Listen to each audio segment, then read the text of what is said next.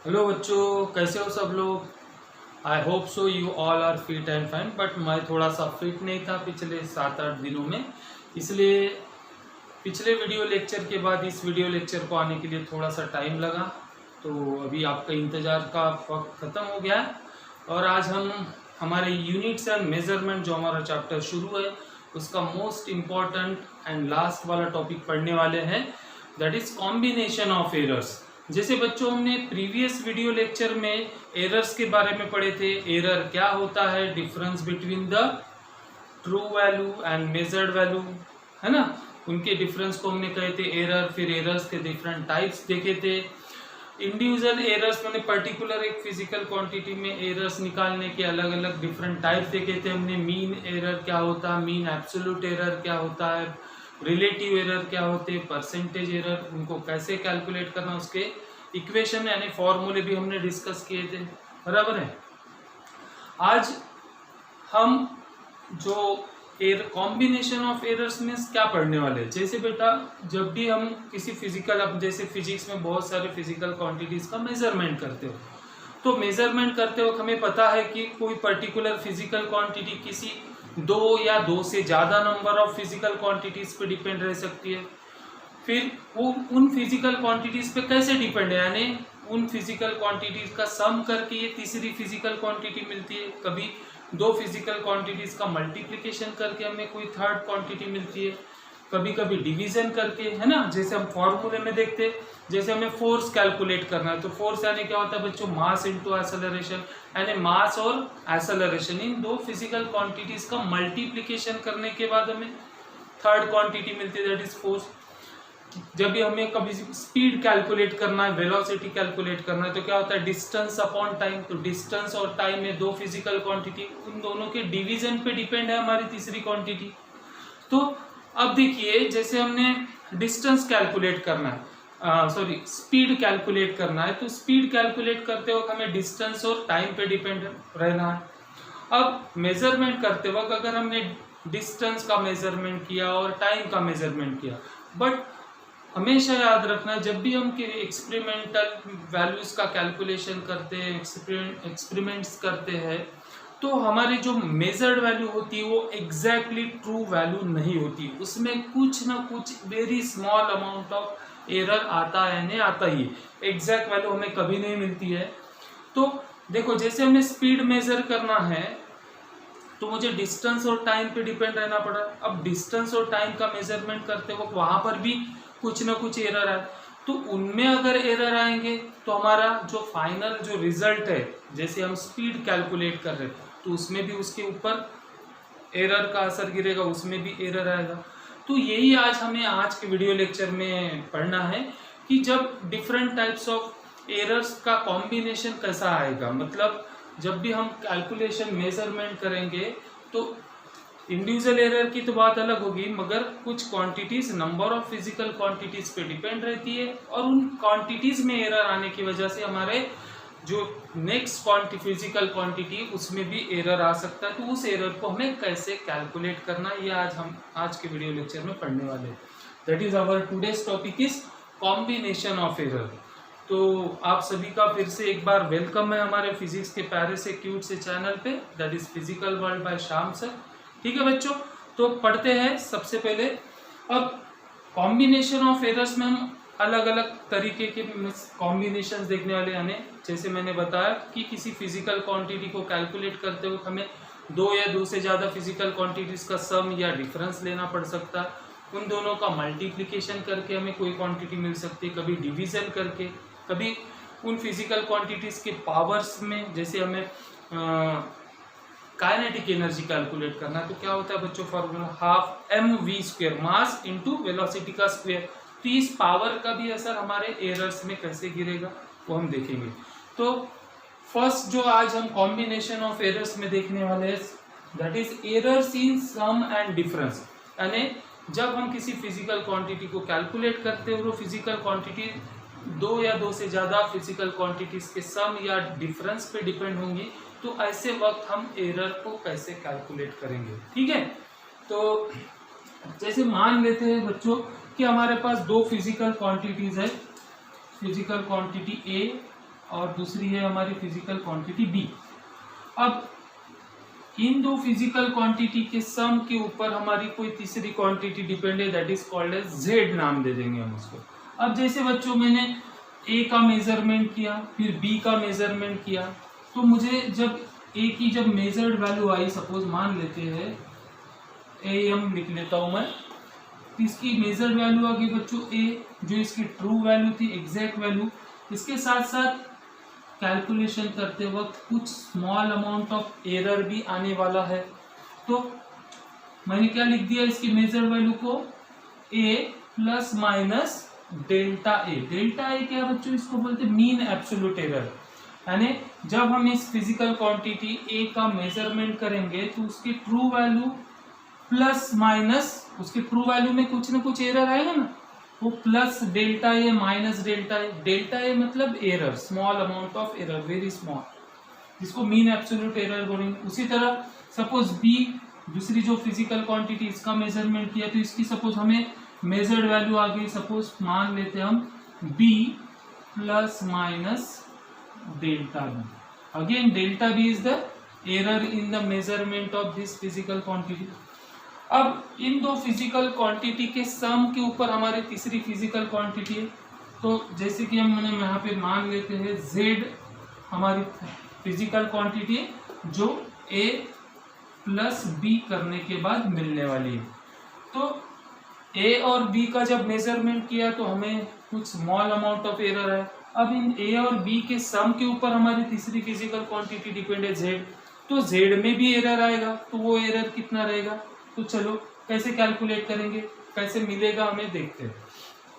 तो जैसे ए और बी में एरर आया, अब इन दोनों को ऐड कर रहा हूं तो ऑब्वियस है हमारे फाइनल रिजल्ट में भी एरर आने वाला है।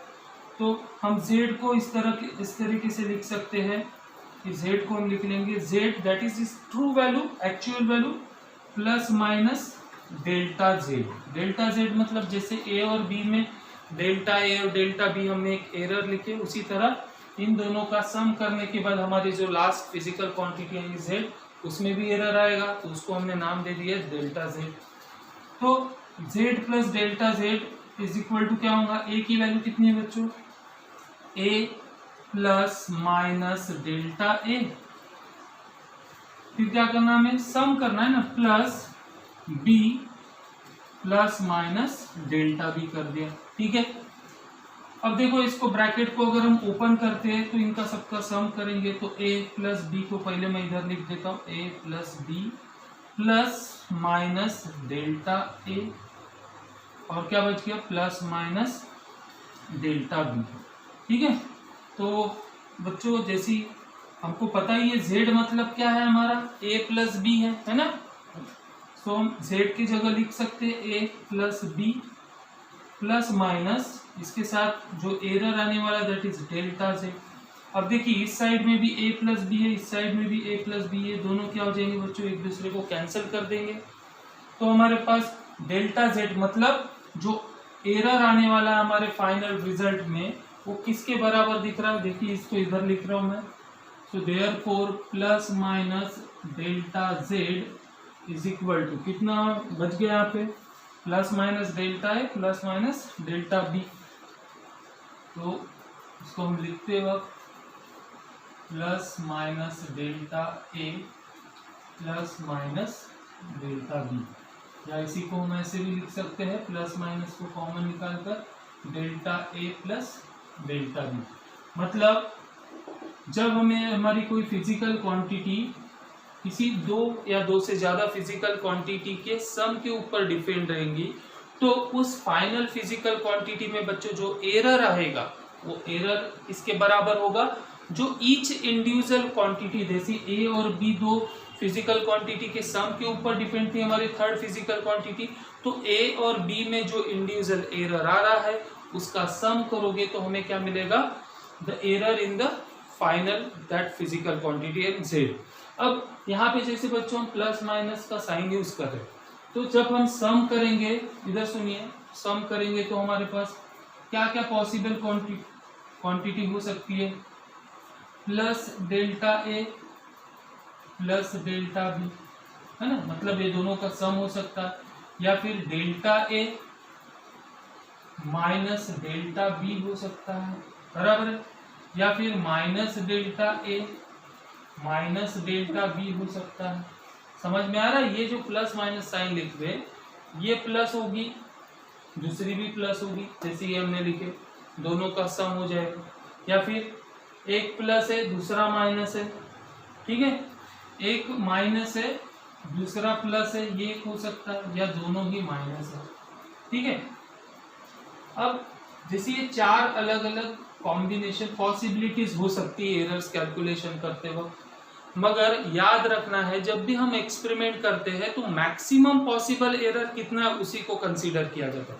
हमें ज़्यादा से ज़्यादा कितना एरर आ सकता है उसकी तैयारी में रहना पड़ता है, ताकि हम मैक्सिमम क्या वर्स्ट सिचुएशन हो सकती है, मैंने मैक्सिमम क्या गलतियाँ हो सकती है उसको हमें कंसीडर लेकर हमारे एक्सपेरिमेंट को करना पड़ता है। तो हमेशा याद रखना जब भी हम दो या दो से ज़्यादा फिजिकल क्वांटिटी का सम या डिफरेंस लेंगे तो हमें कौन सा एरर कंसीडर करना, मैक्सिमम एरर। तो जब हम सम करेंगे किसी दो फिजिकल क्वांटिटी या उससे ज़्यादा का, तो उसमें जो फाइनल रिजल्ट आएगा उसमें जो एरर रहेगा बच्चों किसके बराबर रहेगा, sum of error in the each individual quantity. ये तो बात होगी सम की।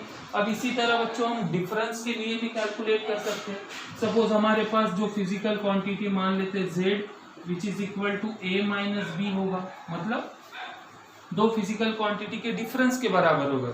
ऐसे वक्त क्या करना है हमें, सेम चीज, हमारा रिजल्ट वही रहेगा जो हमने यहाँ पे सम करते वक्त निकाले कि दो फिजिकल क्वांटिटीज का सम करो या डिफरेंस करो तो जो टोटल एरर आएगा वो हर एक इंडिविजुअल क्वांटिटी में जितना एरर आता है उसके सम के बराबर ही लेना। देखिए जैसे हम इसको अगर लिखना है उस फॉर्मेट में तो z को हम क्या लिखेंगे, z plus minus delta z।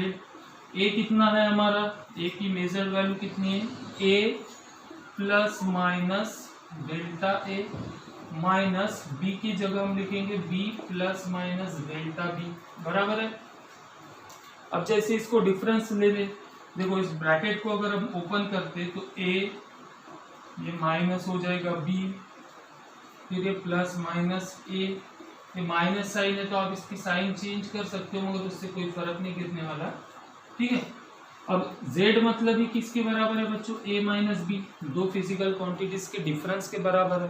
तो z की जगह अगर हमने a माइनस बी लिख दिया प्लस माइनस डेल्टा z, तो ये फिर से a माइनस बी कैंसिल हो जाएगा, बराबर है। और डेल्टा z मतलब error in the final measurement, delta z is equal to क्या आएगा, plus minus a delta a plus minus delta B. ये माइनस प्लस को प्लस माइनस भी कंसिडर करें तो कोई फर्क नहीं गिरता। मतलब एक चीज हमें याद रखना है यहाँ पर कि जब भी दो फिजिकल क्वांटिटीज का सम करो या डिफरेंस करना है तो ऐसे वक्त जो हमारा फाइनल जो नेट एरर आएगा हमारे फिजिकल क्वांटिटी का वो किसके बराबर रहेगा, which is equal to the sum of error in the each individual physical quantity. क्या करना है हमें कि जब भी हमें दो या दो से ज्यादा फिजिकल क्वांटिटी का सम या डिफरेंस लेकर हमें कोई थर्ड क्वांटिटी मिल रही होगी तो ऐसे वक्त उस फाइनल क्वांटिटी में जो एरर रहेगा वो किसके बराबर रहेगा, जिन इंडिविजुअल फिजिकल क्वांटिटीज का हम सम या डिफरेंस ले रहे हैं उनके अंदर आने वाले इंडिविजुअल एरर का हमें क्या करना पड़ेगा, सम, तब हमें मिलेगा उस पर्टिकुलर फिजिकल क्वांटिटी z में टोटल एरर कितना है। तो ये कॉम्बिनेशन ऑफ एरर की हमारी पहली मेथड है, that is error in sum and difference. तो सम एंड डिफरेंस जो मेथड में एरर है वो कैसे कैलकुलेट करना है समझ में आया। हर एक फिजिकल क्वांटिटी के अंदर जो इंडिविजुअल एरर है उसका टोटल यानी सम कर दूंगे तो हमें क्या मिलेगा, उस पर्टिकुलर फिजिकल क्वांटिटी में टोटल एरर कितना है।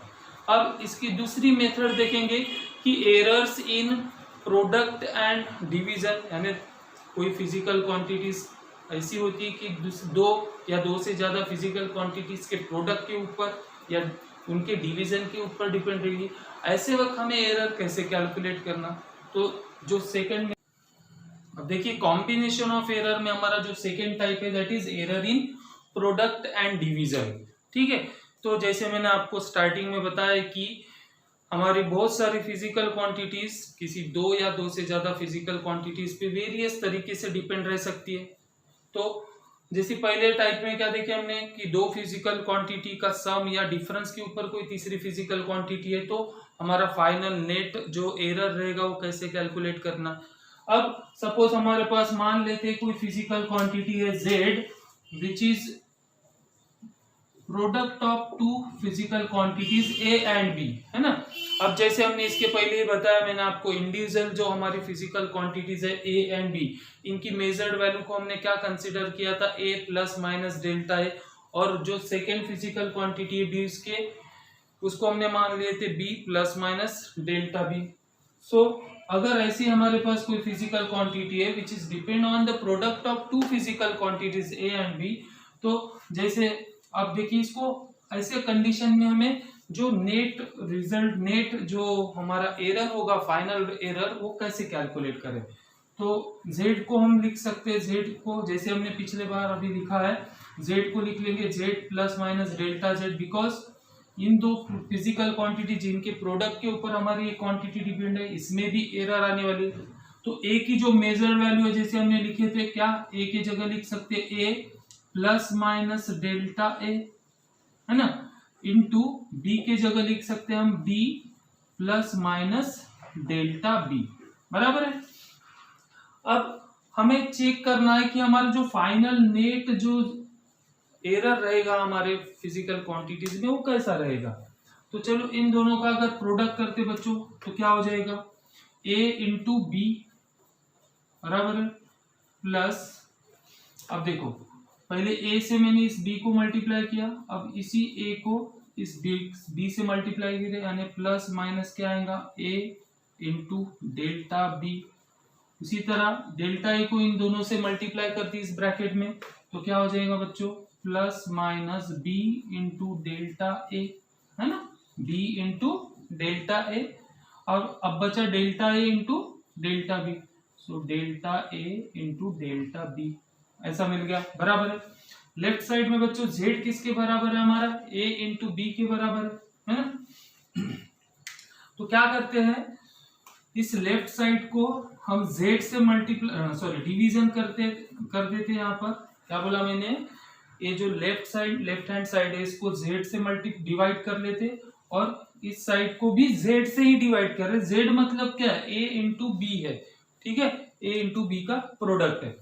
तो लेफ्ट साइड में बच्चों अगर z से डिवीजन कर देंगे तो यहाँ पे देखो क्या मिल जाएगा, z अपॉन z कितना हो जाएगा, 1 plus minus delta z upon z हो जाएंगे।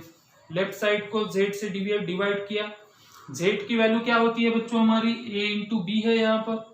अब राइट साइड में ही मैं भी z से ही डिवाइड कर रहा हूँ, बट z की जगह मैं पुट करने वाला हूँ a इंटू बी। तो देखिए अब इस राइट हैंड साइड में जितनी भी टर्म है उन सबको इंडिविजुअली डिवाइड करना पड़ेगा, तभी हमारा इक्वेशन प्रॉपरली सेटिस्फाइड होगा। तो अब इस राइट हैंड साइड को, इस साइड को मैं z मतलब a इंटू बी से डिवाइड कर रहा हूँ। तो a into B upon a into B करूंगा तो कितना हो जाएगा बच्चों, यहाँ पे 1 प्लस माइनस, अब a इंटू डेल्टा बी को मैं अगर a इंटू बी से डिवाइड कर रहा हूं तो क्या होगा, a से a कैंसिल हो जाएगा, मतलब क्या मिलेगा हमें, डेल्टा b अपॉन b, बराबर है। उसी तरह यहाँ पे मैं a इंटू बी से डिवाइड करूंगा यहाँ पर, तो b b कैंसिल हो जाएगा, यहाँ पे मिलेगा हमें डेल्टा a अपॉन a। समझ में आ रहा है क्या, ये राइट हैंड साइड में जितनी भी टर्म्स है उस हर एक टर्म को a इंटू बी से मैं डिवाइड करते जा रहा हूं, ठीक है।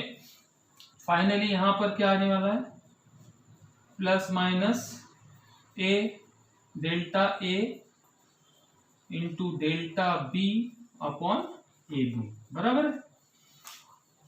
अब देखो बच्चों यहाँ पे हमें फाइनल जो रिजल्ट निकालना है, फाइनल जो हमारा मतलब एरर आएगा वो कैलकुलेट करना। देखो इस साइड लेफ्ट हैंड साइड में भी 1 है, इधर भी 1 है, ये 1 से तो 1 कैंसिल हो जाएगा। और एक चीज डेल्टा ए या डेल्टा बी क्या है, ए और बी में आने वाले एरर्स है जिनकी वैल्यू बहुत स्मॉल होती है, बहुत ज्यादा छोटी होती है, ठीक है।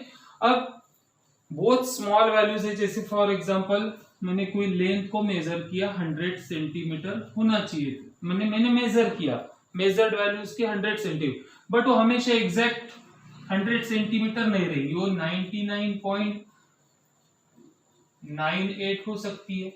अब देखो बच्चों, ये एक्चुअल मतलब ये ट्रू वैल्यू है उसकी पर्टिकुलर फिजिकल क्वांटिटी की लेंथ की, बट हमने मेजरमेंट करते वक्त हमने उसको 100 सेंटीमीटर लिख दिया, मतलब इन दोनों में कितना एरर आ गया 0.02 का। ये 0.02 क्या है, वेरी स्मॉल वैल्यू है। अब ऐसी वेरी स्मॉल वैल्यूज का अगर मैं मल्टीप्लीकेशन करता हूँ, दो छोटी वेरी स्मॉल वैल्यू का मैं मल्टीप्लीकेशन करता हूँ, तो उस वैल्यू वो वाली जो वैल्यू आती है वो और ज्यादा छोटी हो जाती है ना।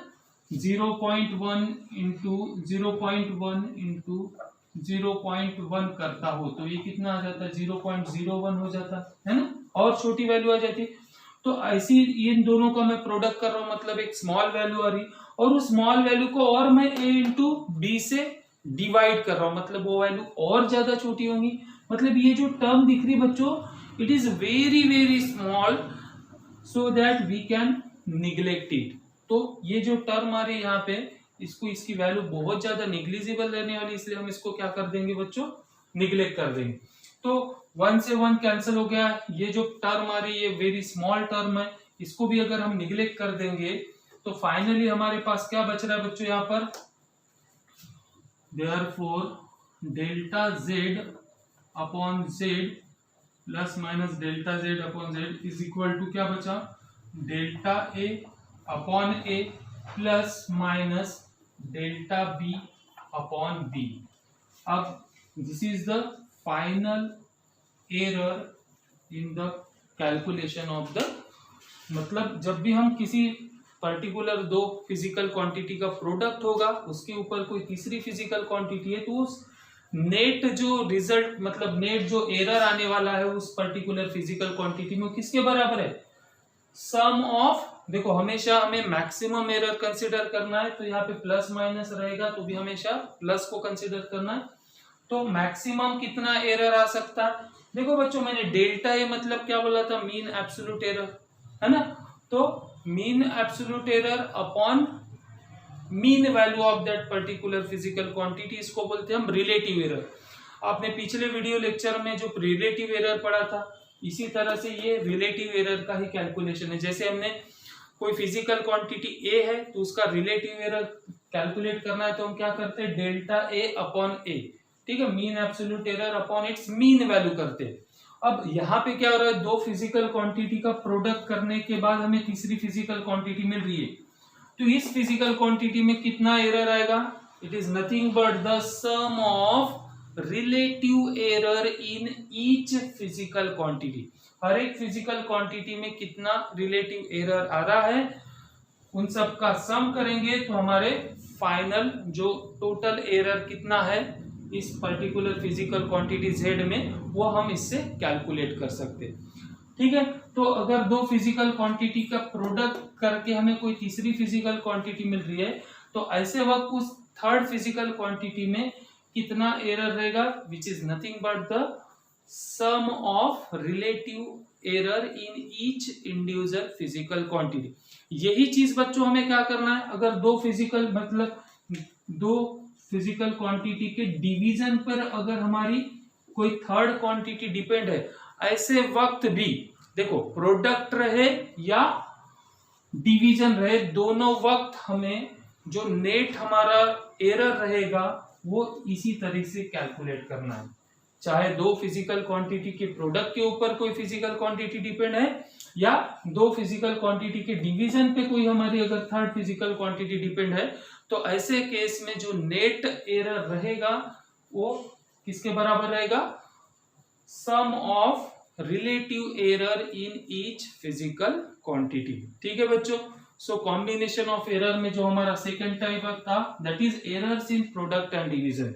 दोनों ही केस में अगर हमें टोटल एरर कैलकुलेट करना है तो इस तरीके से हमें उसका कैलकुलेशन करता है। ठीक है, परसेंटेज में निकालना रहेगा, जैसे हमें रिलेटिव एरर पढ़े थे फिर परसेंटेज एरर पढ़े थे, तो percentage error is nothing but क्या करते थे, रिलेटिव एरर को कैलकुलेट करते थे और उसको 100 से मल्टीप्लाई कर देंगे तो हमें क्या मिल जाएगा, एरर इन परसेंटेज, और परसेंटेज एरर मिल जाएगा।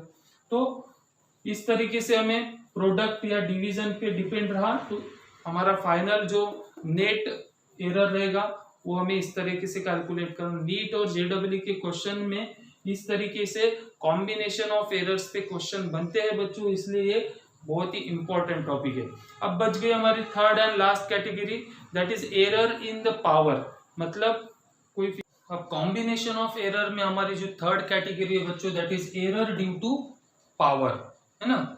हमने फिजिक्स में बहुत सारे फॉर्मूले देखते हैं, उस फॉर्मूले में कोई पर्टिकुलर फिजिकल क्वांटिटी किसी दूसरे फिजिकल क्वांटिटी के कुछ पावर के ऊपर डिपेंड रहती है। जैसे मैंने आपको बताया था कि काइनेटिक एनर्जी का फॉर्मूला हाफ mv²। तो मास का कितना पावर है, 1, कुछ नहीं मतलब 1 है, but half into mass into v² यानी वेलोसिटी का स्क्वायर, यानी वेलोसिटी के 2 पावर, यानी जो भी उसका पावर है उसके ऊपर डिपेंड है, बराबर है। तो इन पावर की वजह से हमारे मेजरमेंट में क्या एरर्स आ सकते हैं। तो सपोज अज्यूम कर लेते हैं हमारे पास कोई फिजिकल क्वांटिटी है z जो डिपेंड है a के थर्ड पावर पे, यानी एक फिजिकल क्वांटिटी उसकी क्यूब के ऊपर डिपेंड है। जैसे वॉल्यूम यानी क्या होता है, L इंटू एल, मतलब 3 लेंथ का अगर मल्टीप्लीकेशन करें तो हम किसी पर्टिकुलर शेप का वॉल्यूम निकाल सकते हैं, है ना। तो उसी तरह हमारे पास एक फिजिकल क्वांटिटी है z which is equal to a⁻3। अब बच्चों a⁻3 मतलब ही क्या, a इंटू ए लिख सकते हैं हम इसको, बराबर है। अब देखो ये कौन से कैटेगरी में आ गया, जो हमारी इसकी प्रीवियस कैटेगरी पढ़े थे, errors in the power multiplication and division. मतलब अभी ये जो फिजिकल क्वांटिटी है वो इस फिजिकल क्वांटिटी के प्रोडक्ट के ऊपर डिपेंड है। तो अगर बाय यूजिंग प्रोडक्ट मेथड जो हमने इसके जस्ट प्रीवियस में यूज किया है, उसका अगर यूज करके अगर हम इसमें एरर कैलकुलेट करते तो which is equal to how much, delta z upon z। मैंने अभी थोड़ी देर पहले आपको बताया था प्रीवियस मेथड में, which is equal to delta a upon a plus delta a upon a plus delta a upon a। जितनी भी फिजिकल क्वांटिटीज का प्रोडक्ट हो रहा है, जिनके ऊपर इस क्वांटिटी यानी जिनके प्रोडक्ट के ऊपर ये फिजिकल क्वांटिटी डिपेंड है, तो उस हर एक फिजिकल क्वांटिटी में जो रिलेटिव एरर आएगा उसका सम यानी नेट एरर, है ना। प्रोडक्ट वाला जो रूल पढ़े थे हमने सेकेंड वाला, उसमें क्या देखा था कि कोई physical quantity number of physical quantity के प्रोडक्ट पे अगर डिपेंड है तो उसमें जो नेट एरर रहेगा वो किसके बराबर रहेगा, उस हर एक फिजिकल क्वांटिटी में जो रिलेटिव एरर आता है उनके सम के बराबर। तो इस तरीके से हम यहाँ पे कैलकुलेट कर सकते हैं। इसका मतलब क्या हुआ बच्चों कि एक ही फिजिकल क्वांटिटी है a जिसके 3 के पावर के ऊपर डिपेंड था ये, तो हमने क्या किए, हर एक जो पर्टिकुलर उसके टर्म है उसके अंदर के रिलेटिव एरर का सम किए। इसका मतलब क्या कर सकते हैं, हम इसको ऐसे भी लिख सकते हैं, delta z upon z is nothing but 3 times the relative error in that particular quantity, बराबर है। तो इसी तरह हम इसको एक जनरलाइज फॉर्म में कैसे लिख सकते हैं कि suppose we have z is equal to a⁻n। इस n की वैल्यू कुछ भी रह सकती है, 1 2 3 4 इंटीजर नंबर है। तो इस z में टोटल एरर कितना आएगा, तो टोटल एरर हम कैसे लिखेंगे, delta z upon z which is equal to n times, है ना। ये 3 टाइम्स हो गया था ना, 1 + 1 + 1 यानी 3 times delta a upon a। तो अगर इस 3 के जगह n है, n है हमारा पावर, तो कुछ भी रह सकता है वो इंटीजर नंबर, तो उसके टाइम्स उस पर्टिकुलर फिजिकल क्वांटिटी में जो एरर आ रहा था रिलेटिव उसके टाइम्स कर देंगे। So delta z upon z is nothing but हम लिख सकते हैं n into delta a upon a। तो इस तरीके से पावर का बहुत बड़ा रोल रहेगा हमारे एरर के कैलकुलेशन में। जितना ज्यादा पावर रहेगा उतना मैक्सिमम एरर उस फिजिकल क्वांटिटी में आएगा। तो इस एग्जांपल में हमने क्या देखा कि हमारे पास कोई फिजिकल क्वांटिटी है जो किसी दूसरे फिजिकल क्वांटिटी के कुछ सर्टेन पावर के ऊपर डिपेंड है। तो ऐसा जरूरी नहीं एक ही फिजिकल क्वांटिटी होगा। सो इन जनरलाइज फॉर्म अगर हम इसको पढ़ते हैं, इन जनरलाइज्ड फॉर्म, जो हमारे एग्जाम में नीट जेईई में जो क्वेश्चंस बनते हैं बच्चों, तो सपोज हमारे पास एक फिजिकल क्वांटिटी है z which is equal to a to the power p, b to the power q upon suppose c to the power r है। p q r ये तीनों के a b c तीन physical quantity के powers है। तो ऐसी अगर केस रहेंगी और इस z में टोटल रिलेटिव एरर कितना है या परसेंटेज एरर कितना है ऐसा पूछा, तो हमें क्या करना है, ये जो z है जो किसके ऊपर डिपेंड है, कुछ फिजिकल क्वांटिटी के प्रोडक्ट के ऊपर और किसी पर्टिकुलर फिजिकल क्वांटिटी से डिवीजन के ऊपर डिपेंड है। तो चाहे प्रोडक्ट रहे या डिवीजन रहे, हमें करना क्या बच्चों, उस हर एक फिजिकल क्वांटिटी में जो रिलेटिव एरर है उनका सम करते जाना है। तो जैसे यहाँ तीन physical quantity A B C, तो तीनों का relative power delta A upon A, delta B upon E B, delta C upon C, इन तीनों का सम करना। बट साथ में अभी यहाँ पर पावर भी है, तो पावर रहे तो क्या करेंगे, अभी हमने देखे जो भी पावर है उसको हम आगे ला लेंगे into relative error in that particular physical quantity. तो ऐसे वक्त यहाँ पर क्या लिख सकते हैं हम, delta Z upon Z is equal to how much, P जो पावर है वो आगे आ जाएगा, P into delta A upon A plus Q into delta B upon B plus division में रहा तो भी हमें सम ही करते जाना है हर एक इंडिविजुअल फिजिकल क्वांटिटी का रिलेटिव एरर का। तो यहाँ पे क्या लिखेंगे, R into delta C upon सी।